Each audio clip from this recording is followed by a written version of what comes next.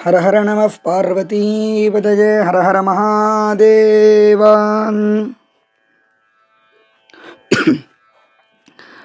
மகாசிவராத்திரி புண்ணியகாலம் 26ஆம் தேதி.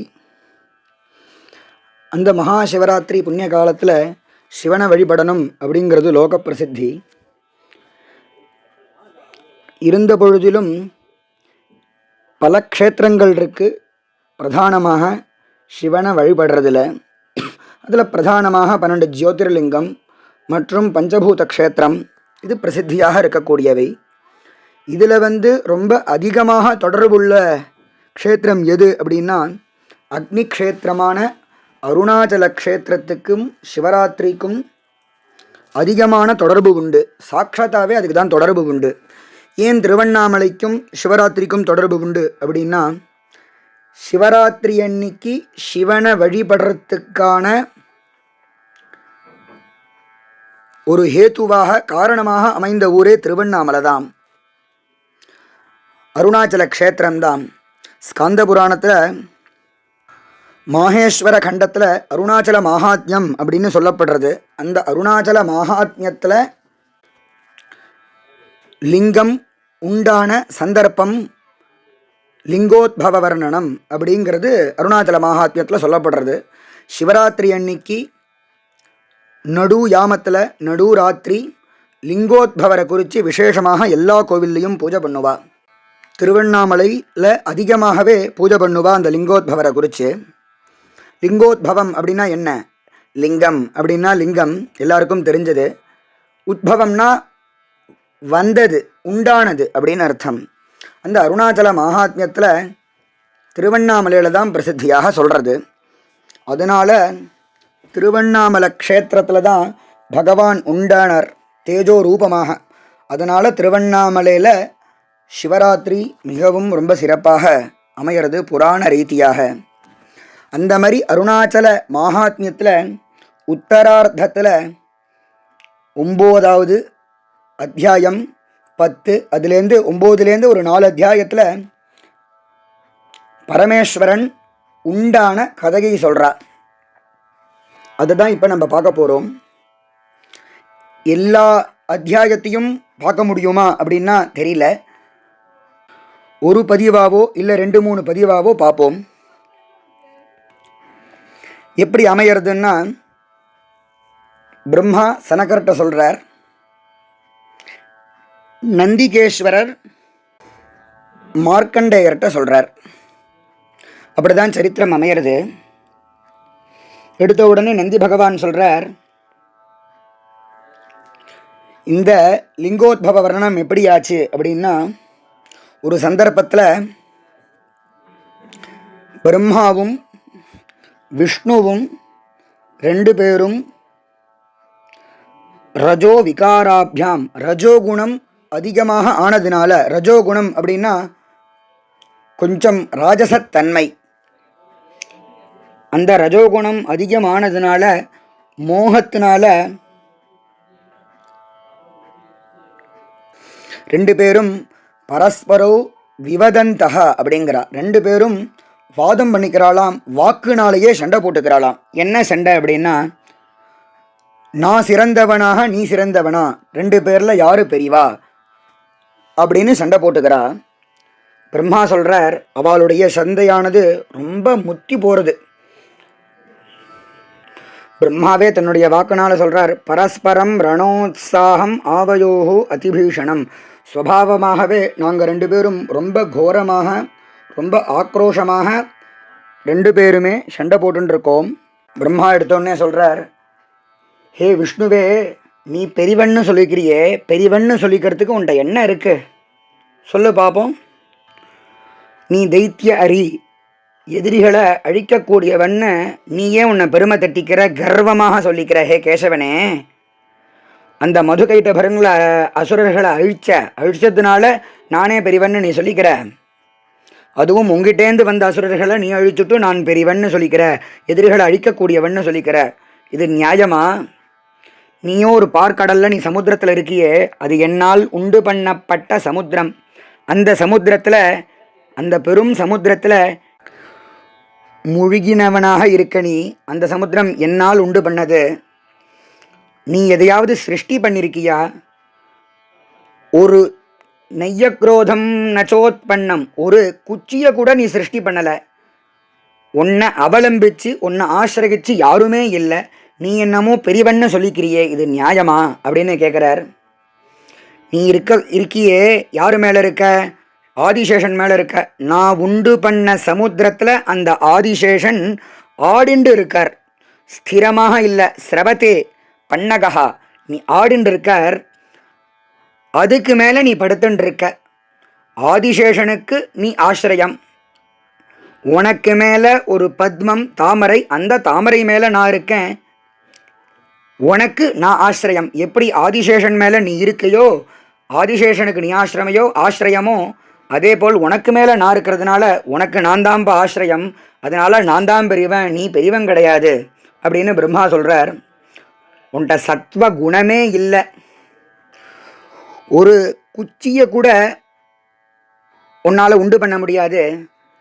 நீ என்னமோ லோகத்தை ரட்சிக்கிறேன்னு சொல்கிறியே, நான் தான் பெரியவன்னு சொல்கிறியே. ரக்ஷிதா அசௌ மததீனா ஜெகத்ரயி, இந்த லோகம் முழுக்க எனக்கு அதீனமாக இருக்கு, என்னுடைய கட்டுப்பாட்டில் இருக்கு, அதனால நான் தான் பெரியவன், நீ பெரியவன் கிடையாது அப்படின்னு பிரம்மா சொல்கிறார். அது மட்டும் இல்லை, எனக்கு 4 முகம், அந்த 4 முகத்திலேருந்தும் 4 வேதங்கள் என்னால் பிரச்சாரம் பண்ணப்படுறது.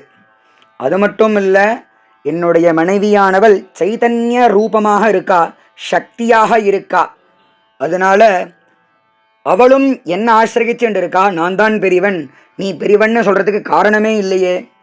என்னால் தான் இந்த உலகம் படைக்கப்பட்டது.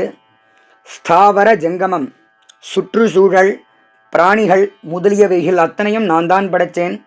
இந்த ஸ்தாவரம் ஜங்கமம் பிரகிருதியில் என்னென்னலாம் இருக்கோ, மரங்கள் மலைகள் எல்லாம் என்னால் படைக்கப்பட்டது. அது மட்டும் இல்லை, நான் படைக்கப்பட்ட இந்திரன் சந்திரன் சூரியன் என்னுடைய குழந்தைகள், பேரன் புத்திர பௌத்திரகைகி, புத்திரர்கள் பௌத்திரர்கள், அவளால் இதெல்லாம் காக்கப்பட்டுருக்கு. அதனால நீ பெரியவன்னு சொல்றதுக்கு காரணமே இல்லப்பா, அதனால நீ பெரியவன் கிடையாது, மாற தட்டிக்காத. ஜகதாம் ஈஸ்வரான்மத்தா கதம் நாம அதிரிச்சியசே, எப்படி நீ பெரியவனாக முடியும் அப்படிங்கிறார் பகவான். பிரம்மா சொல்றார் விஷ்ணுட்ட. இவரோ ரொம்ப ஆக்ரோஷமாக பேசுகிறார். நம்மளால் எல்லாத்தையும் சொல்ல முடியல, இருந்த பொழுதிலும் முக்கியமான விஷயங்களை மட்டும் சொன்னோம். ரொம்ப கோபமாக பேசுகிறார். கோபத்தினாலையும் ரஜோ குணத்தினாலையும் தன்னை இழந்து பேசுகிறார்.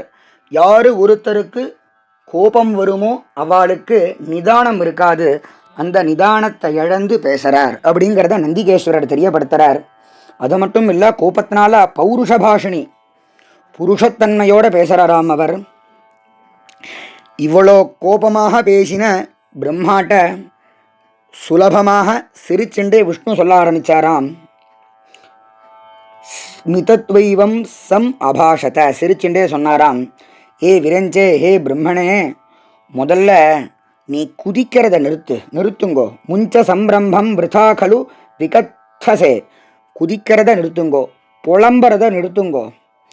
நீங்கள் என்னுடைய நாபியிலேருந்து உண்டானேல், நாபி சரோஜ சஞ்சாத்தகா, அதனால உங்களோட காட்டிலும் நான் தான் சிறந்தவன். நான் யோக நித்ரையில் இருக்கக்கூடிய சந்தர்ப்பத்தில் என்னுடைய காதிலிருந்து மது கைட்டபர்கள்னு 2 அசுரர்கள் வந்தா, அந்த அசுரர்களை நான் சுலபமாக அழித்தேன். அதனால அவள் அழிச்சதுனால மட்டும் எனக்கு எதிரிகளை அழிக்கக்கூடியவர்னு பேர் இல்லை, சோம பிரமுகன் முதலிய அசுரர்களையும் அழிச்சேன், அதனாலையும் எனக்கு எதிரியை அழிக்கக்கூடியவன் தைத்திய அரி அப்படின்னு பேரு. அது மட்டும் இல்லை, இந்த லோகத்துக்கு சிருஷ்டிக்கு காரணமாக நான் தான் இருக்கேன். இன்னொரு விஷயம் சொல்கிறேன், நீங்கள் கேட்டுக்கோங்க. யார் ஒருத்தருக்கு கோபம் தலைக்கு ஏறிருக்கோ அவளால் இருக்கிற வஸ்துவை இருக்கிறபடி பார்க்க தெரியாது. ந கிஞ்சிதபி பஷ்யந்தி ரஜசாரூட திருஷ்டயா, ரஜோகுணம் பொருந்தியவர்களால் இருக்கிறபடி பார்க்க முடியாது. அதனால் உங்களுடைய புத்தியில் கோபம், ஆத்திரம், அகங்காரம், மதம் தலைக்கு ஏறிருக்கு, அதனால் நீங்கள் சொல்கிறதுல எதுலேயும் லாஜிக் இல்லை, எதுவும் பிரமாணம் இல்லை, எதுக்கும் சான்றிதழ் இல்லை, அதனால் நீங்கள் பெரியவர் கிடையாது அப்படிங்கிறார்.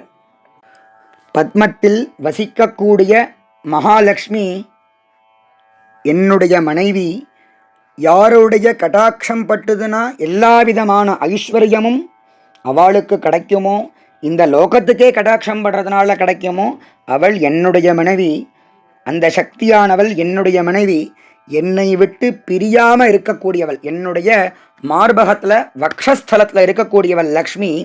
அதனால் இந்த லோகத்தில் நான் தான் பெரியவன் அப்படின்னு தன்னை நிலைநாட்டிக்கிறார். எல்லாத்தை காட்டிலும் நான் தான் பெரியவன், பூதங்களை காட்டிலும், காலத்தை காட்டிலும், ஆத்மாவை காட்டிலும் நான் தான் பெரியவன். என்னை விட்டுட்டு என்னை அவலிம்பிக்காம, என்னை ஆசிரயிக்காம இந்த லோகத்தில் யாருமே இருக்க முடியாது. அதை முதல்ல நீங்கள் தெரிஞ்சுக்கோங்க.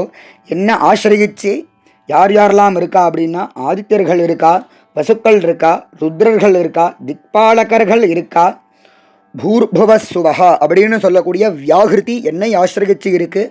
அந்த வியாகிருதி எப்படி இருக்குது அப்படின்னா, பூஹு அப்படின்னா பூமி, புவஹ அப்படின்னா அந்தரிக்ஷம், சுவஹான்னா ஆகாசம், பூஹு அப்படிங்கிற சப்தமானது, அந்த சத்தமானது அக்னியாக இருக்குது, புவஹா அப்படிங்கிறது வாயுவாக இருக்குது, சுவஹாங்கிற சப்தமானது சூரியனாக இருக்குது, பூஹு அப்படிங்கிறது ரிக்வேதமாகவும், புவஹா யஜுர்வேதமாகவும், சுவஹா சாமவேதமாகவும் இருக்குது. அது எல்லாம் எனக்கு அதீனமாக இருக்குது. அதனால் என்னுடைய சக்தியினால் எந்த ஒரு சக்தி லோகத்தை சிருஷ்டி பண்ணுறதோ அந்த சிருஷ்டியை நான் தான், அதுக்கான கடமையை கொடுத்தவனே நான் தான். மயைவ விநியோகேன சிருஷ்டி சக்தி ஸ்வயம் ஸ்திதா, அது இருந்துருக்கு. ஆகையால் நான் தான் பெரியவன் அப்படின்னு விஷ்ணு பகவான் சொல்கிறார். என்ன இருக்கு நீ பெரியவன்னு சொல்கிறதுக்கு? ஆகையால் நீங்கள் பெரியவன் இல்லை, நான் தான் பெரியவன் அப்படின்னு அவர் சொல்கிறார். இப்படி மோகத்தினாலையும் அகங்காரத்தினாலையும் கோபத்தினாலையும் ரெண்டு பேரும் சண்டை போட்டுருக்கா.